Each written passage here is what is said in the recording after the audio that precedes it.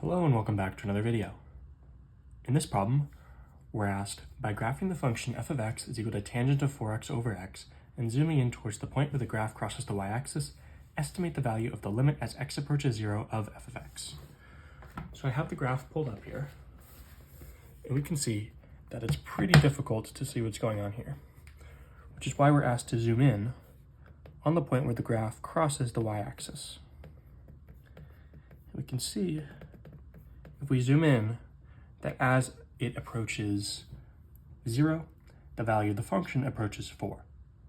And therefore the limit, as x approaches 0, of f of x is equal to 4. So that's part A. The limit, as x approaches 0, of f of x is equal to 4 by graphing it and analyzing the graph.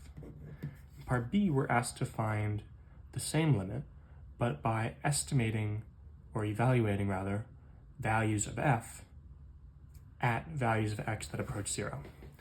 So we have to do it from the left and the right. So you have values of x and values of f of x.